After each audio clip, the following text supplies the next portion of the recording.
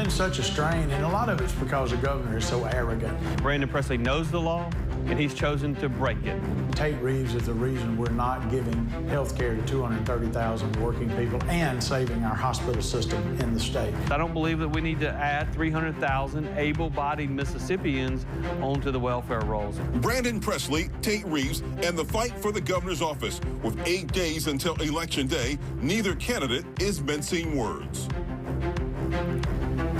Hello and welcome to a live special edition of Mississippi Insight. I'm Byron Brown. As we broadcast this, we are just 8 days away from Mississippi's general election for governor. Incumbent Republican Tate Reeves is looking for a second term as the most powerful politician in the state. But Democrat and Public Service Commissioner Brandon Presley is ready to disappoint Reeves. This has been a bitter campaign season and an expensive one too, with hundreds of thousands of dollars spent on attack ads on this station and others across the Magnolia State. But tonight, we'll hear both men, in their own words, defend those attacks and the policies they each hold dear. Later this hour, Austin Barber and Brandon Jones will join us to analyze these candidate interviews. But first, we'll hear from the governor, Tate Reeves, on what he calls Mississippi's newfound momentum. Mississippi has momentum right now, and this is Mississippi's time. The elements of success are investing in our people through workforce development and workforce training. The elements of success are real momentum in terms of job creation. We've got the lowest unemployment rate in state history. We have more people working today than at any time in state history. And our economic development efforts have been incredibly positive. Just this week, I announced a $420 million project in Noxubee County, in a community that has about 400 people, 150 new jobs, paying $60,000 to $70,000 a year. That is Mississippi's momentum, and that's what we have to continue to focus on. When it comes to getting the jobs, do we have the workers to meet the demand? Well, I will tell you that it's really important that we get more and more Mississippians in the workforce. And the way you do that is through better skills and more ability to earn a better living through jobs that pay a higher wage. And that's what we're working towards.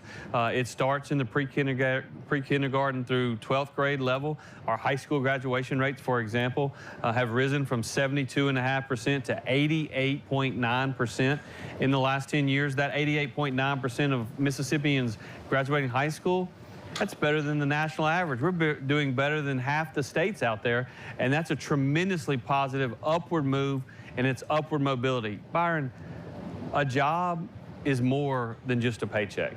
It's about upward mobility for families, and that's what's happening in Mississippi right now, and that is Mississippi's momentum. In terms of economy, what specific policies can you cite for making Mississippi more successful?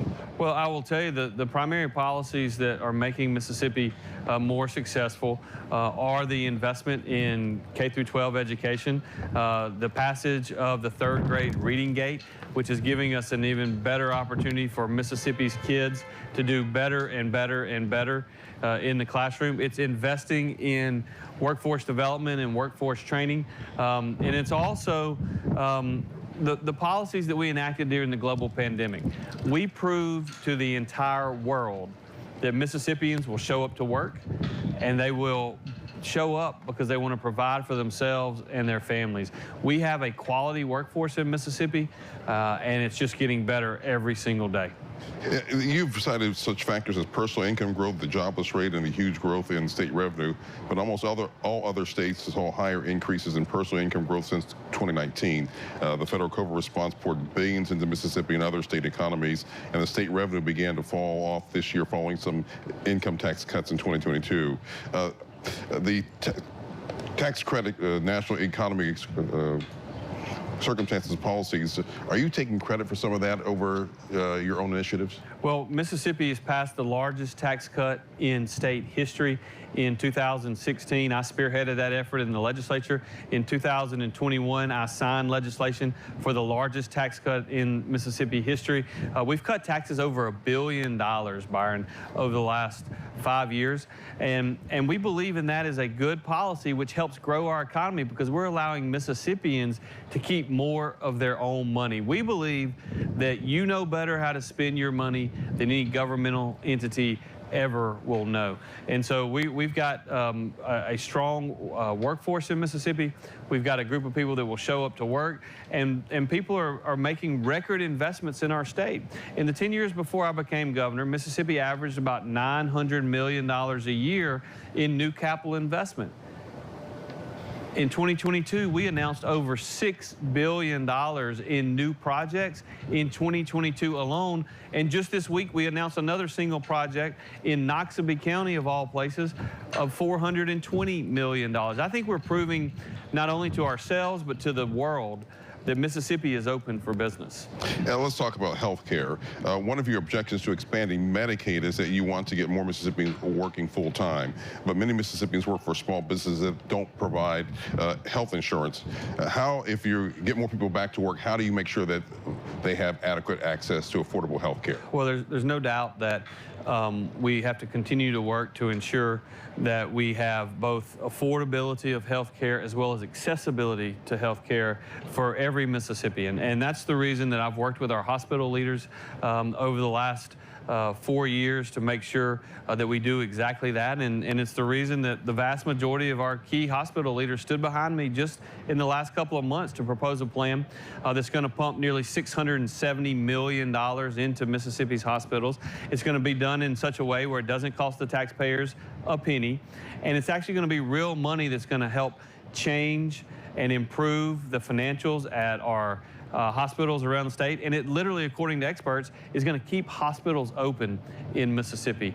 The other thing I will tell you is I have been opposed to Obamacare expansion in our state because I don't believe that we need to add 300,000 able-bodied Mississippians onto the welfare rolls. What they don't tell you about Obamacare expansion is that of the 300,000 that would go onto the rolls, about 100,000 of those are currently own private insurance. And so the reimbursement rates to the providers for that 100,000 people would actually go down. That's why it's not nearly the financial windfall that the proponents propose that it is. And that's the reason our plan to ensure affordability and accessibility of health care for Mississippians is a far better plan in the long run than anything that my opponent or any of his allies have proposed. So your plan takes roughly $700 million of Medicaid money. The expanding Medicaid will also take Medicaid money of $1 billion. And you say your plan's a better plan. My plan is a far better plan because it doesn't add 300,000 able-bodied Mississippians to the welfare rolls. It actually increases the reimbursement rates to the providers, which that is money that goes directly to their bottom line. It's a far better plan financially. It's a far better plan from a policy standpoint. And in the long term, it allows us to have the time to make the kind of decisions that we need to make to ensure that we continue to have affordability and accessibility. And the roughly $700 million, will it be something available annually, or how is this going to work? It would be annually. It would. Now we've got to get CMS approval, but our plan is similar to the plan that was tried in state of Florida, the state of Texas, both of which were approved by CMS. We anticipate that occurring. It won't cost taxpayers a dime. It will cost the hospitals through their share. They'll pay their share, and it literally is a way in which for us to increase reimbursement rates to the providers, provide approximately $673 million to Mississippi hospitals, which will help them then provide care to thousands and thousands of Mississippians all across our state. Your critics say your plan is a little, too late. Mississippi has 74 rural hospitals. 5 have closed since 2005, 24 at risk of closing. What is the smart way to save those hospitals? So there's no doubt that Mississippi has more rural hospitals than any other state in the nation. But Byron, it's funny that you mentioned what my critics say regarding rural hospitals. What they don't tell you is in that very same report, if you look at the state of Louisiana and the state of Arkansas, 2 states that have expanded Obamacare, they have exactly the same percentage of rural hospitals likely to close than does Mississippi. The reason for that is, and we've studied this for hours and hours and hours, but the reason that Louisiana and Arkansas have the same percentage of rural hospitals likely to close as Mississippi is because Obamacare expansion doesn't work. And in fact, it is Obamacare that was passed in 2010 that is putting the financial strain on these rural hospitals themselves. It's mighty ironic that my opponent literally had a video shot in a hospital at the beginning of this campaign that was closed and shut down exactly because of Obamacare. And so I think our plan is far better. I think the hospital leaders agree. That's the reason they all stood behind me when we announced our plan. And but we'll continue to work as circumstances evolve. But $673 million to the bottom line of hospitals around Mississippi is going to keep them open, and experts agree that that is the case. Mississippi continues to lead the nation in infant mortality. That's babies who die before their first birthday, and we have one of the nation's worst rates of maternal mortality. If elected for another 4 years, how do you address access to care for women and their babies? Well, I think we've got to work on education.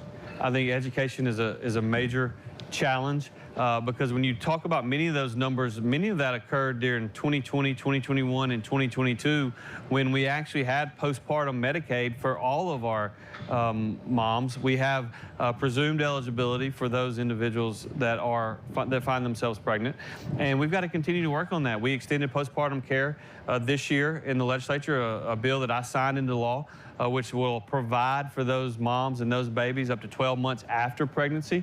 And I think that's going to help. But that's certainly something that we've got to continue to work on in our state. And it's going to take all of us. Government alone can't do it. It's going to take education by the providers. It's going to take a desire for education by those expectant moms. And it's all of us working together and pulling in the same direction. And I think we'll be able to do that. I know when we did this story, we talked to a doctor in the Delta who said that many of her patients say they can't take off work. They have insurance, but they can't take off work to drive to Jackson an hour and a half. How do you address that issue when people say, well, hey, well, there's no doubt that we need more physicians in rural areas across the state. That's the reason we passed the Rural Physician Scholarship Program, where we're taking individuals that are coming to the University of Mississippi Medical Center and going through med school and providing them scholarships if they agree to go back and practice in rural areas across the state. That's something that we think is very important and critical, and it's had tremendous success, and we need more successes. We need more of all physicians in rural areas, but we need more OBs in rural areas as well. And we got to continue to work for ways to find that. Let's turn to the campaign. You've alleged to Brandon Presley of breaking Mississippi campaign finance laws as a public service commissioner over campaign contributions he received from energy producers, including Silicon Ranch. Have you filed a campaign finance violation complaint over these allegations?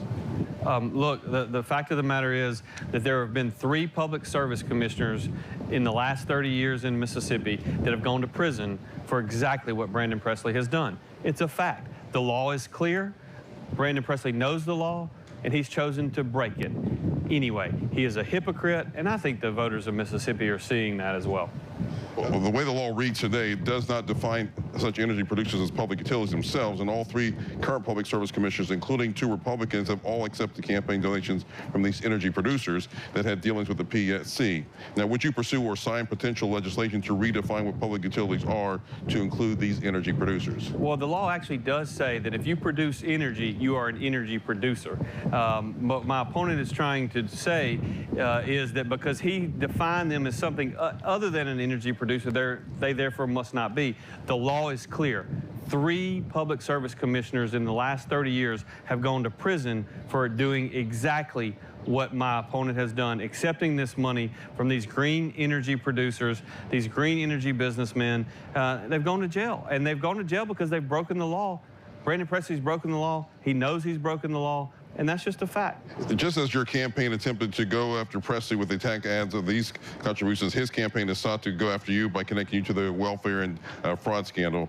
You have some ties, direct and indirect, to some of the key players, including your former boss, Phil Bryant, and Brett Favre. You fired Brett Pygott as the leader of the state's civil suit. Why should your office control who leads the state investigation on this case? Well, what I would tell you is, if you look at the details, as I'm sure that you have, Byron, every single one of these allegations regarding misspending on welfare has occurred between 2014 and 2019. You'd have to believe in a time machine to believe that I was involved in those decisions. The fact of the matter is, I became governor in January of 2020. My opponent knows that is true, but here's the reality. My opponent will say anything that the operatives from the Democrat National Committee ask him to say. They are spending millions and millions of dollars in our state spreading lies that the people of Mississippi know better, that Brandon Presley knows better. And the question that you should ask yourself is, why?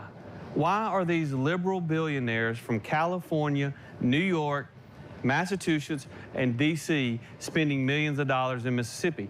The answer is simple. They're doing it because, not just because they want to change the governor, they're doing it because they want to change Mississippi. And it's imperative that all of us as Mississippians go to the polls in a couple of weeks on November the 7th to say we're not going to let these liberal billionaires from out of state come in here, tell lies, and then try to enact liberal policies in our state. They don't want Mississippi to be successful. They don't want Mississippi to have the success that we're having right now. And that's the reason they're spending millions of dollars here. It's not charity. Liberal billionaires from California are not investing millions in the Mississippi governor's race for charity. They're not doing it because they like my opponent. They're doing it because they don't like the conservative policies that we've enacted in Mississippi. They also say that your brother served as an intermediary between Favre and the state auditor's office. What do you say to suggestions that such ties indicate your conflict of interest in this case? Well, my understanding is that he was involved in trying to get the money repaid to the state. The fact of the matter is we are suing those individuals that received monies that they should not have received. We are leading the effort to actually recoup those monies, and that's a voluntary lawsuit. We didn't have to do that. We are suing these individuals trying to recoup 100% of the money that was spent in Mississippi that should not have been spent, that occurred before I became governor. Look, even the press has said that my opponent's allegations are false, that they're dishonest, that they are half-baked, because they are. Because again, he will say anything to try to take away from his liberal policy ideas and the direction that he wants to take Mississippi. You are being sued by one of the defendants in the TANF suit. Among the allegations that you've spent $31,000 of state funds for travel for political purposes, and the Daily Journal has now reported that you've used state planes to fly your family to the Gulf Coast for political or even leisure activities. What do you tell the voters about those allegations? Every single time I've taken the state plane, I've taken it for official business, period. That's Governor Tate Reeves speaking with us outside the governor's mansion last week. We'll take a break and bring you our one-on-one interview with Reeves and Presley when this special edition of Mississippi Insight continues.